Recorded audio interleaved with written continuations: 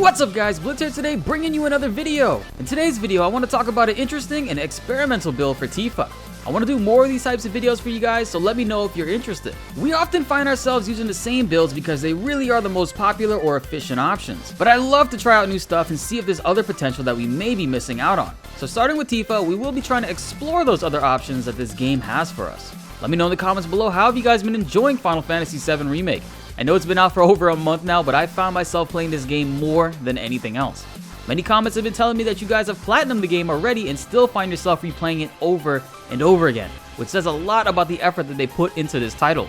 I can't wait to see what they do with Remake 2, especially on that Unreal Engine 5. If you haven't already, be sure to subscribe and hit that notification bell to stay tuned for more of these videos. You won't want to miss what else we have coming out. Now without further ado, let's get into the video.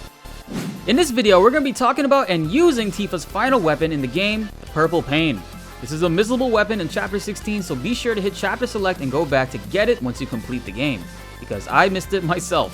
For the armor, we're going to be using the Force Bracelet for more Myteria slots to maximize the potential with this build. On the accessory, we're going to be using the Damarang, which you unlock from the Top Secret Bosses VR challenge. If you have not done so yet, be sure to click the video on the top right for a guide on how to do that. If you did not beat it, feel free to use anything else such as the Fury Ring to increase attack damage but lowers your defense, or the Champion's Belt for more strength and health, the Transference Module to increase your limit break when you use ATB, which you unlock from the Whack-A-Box challenge, or the Supernatural Wrist Guards for more damage. These are the best accessories for Tifa in the game. Now when it comes to the materia, we are using Magnify to be able to target all enemies, and a paired materia that we're using it with is Myteria. Surprisingly, I know. There are not many uses for this in most fights, but hear me out. This becomes a super fun aspect of this build. The Purple Pain is a crit-based weapon, so we're going to slap on 2 luck-ups for Tifa.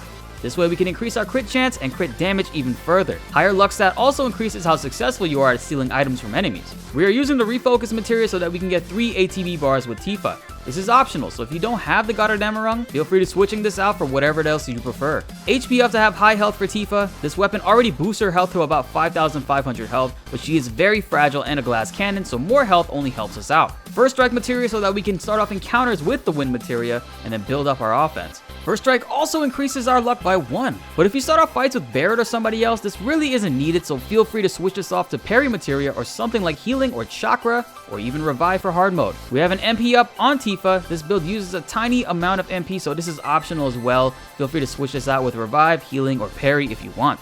We have Deadly Dodge paired with HP Absorb. For Tifa in Chi level 3, this is amazing and can heal her back up very quickly. This is very great for helping Tifa live longer in combat. And we finally have the Chocobo Summon materia. This materia increases Tifa's luck stat by 2 and is the only summon materia that does so. We also get magic attack increases by 4, which help out slightly. Let's talk about the Purple Pain skills that you can select. The first core offers us health and speed increases, but the main part about this weapon is that we get crit increases across the board.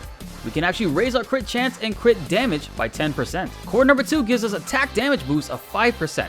Unbridled strength damage boost by 10%, and concentration of 70%. Crit hit rate is also increased further when we're at low or in the red HP. Very solid damage increases overall in this build. Core number 3 has massive health buffs as well as magic and attack damage increases. Speed is increased as well, but critical hit damage is increased more by 10%. We also get crit hit rate increase of our abilities that we cast while using the Purple Pain. The final core gives us attack and magic increases as well as reprieve to prevent death up to 1 time per battle, and also increases our health by more. This is the final weapon, so there's not many cores that we have access to, but still a solid, well-rounded weapon as soon as you max it out.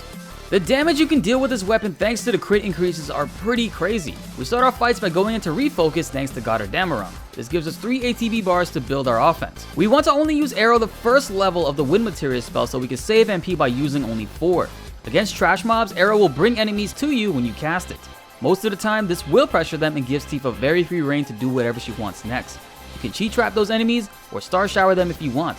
You could even deadly dodge over and over again here to heal more health if that's what you want to do. The enemies are totally helpless at this point. Paired with Magnify materia, this combination is absolutely fun to use. I personally went the entire game first playthrough without using the Wind materia at all, so I felt like looking more into this after a subscriber mentioned how useful it is on Tifa.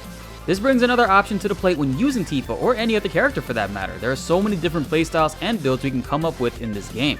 That alone makes me want to replay this game so many more times and even go back to the original Final Fantasy VII and stream it for you guys to enjoy. Crit-based builds have always been my favorite to mess around with in RPGs, so it's pretty cool to see that we have different weapons that of course allow us to experiment with that. Let me know in the comments below, what are your favorite weapons to use with Tifa? I find myself often going back to the feathered gloves, but it's more like a three-way tie now. I'm definitely going to be alternating with the metal knuckles, feathered gloves, and the purple paint during my next playthrough.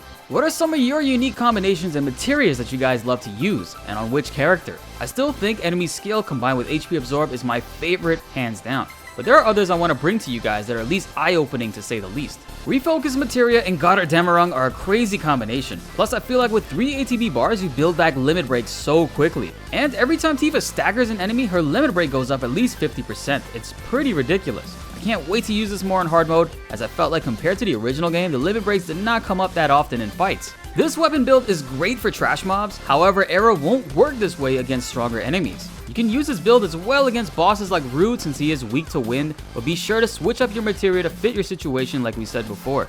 This game encourages you to constantly switch things up as there is no perfect build to use for every encounter. However, the crit based aspect of this weapon and the overall damage it deals are too hard to ignore, so definitely try this out to bring out the pain with Tifa. She already does crazy damage with any weapon that she uses, so hitting crits will only produce a crazier amount even further. Be sure to leave a like on the video if you enjoyed and subscribe if you're new. More Final Fantasy VII videos are coming your way and you won't want to miss that.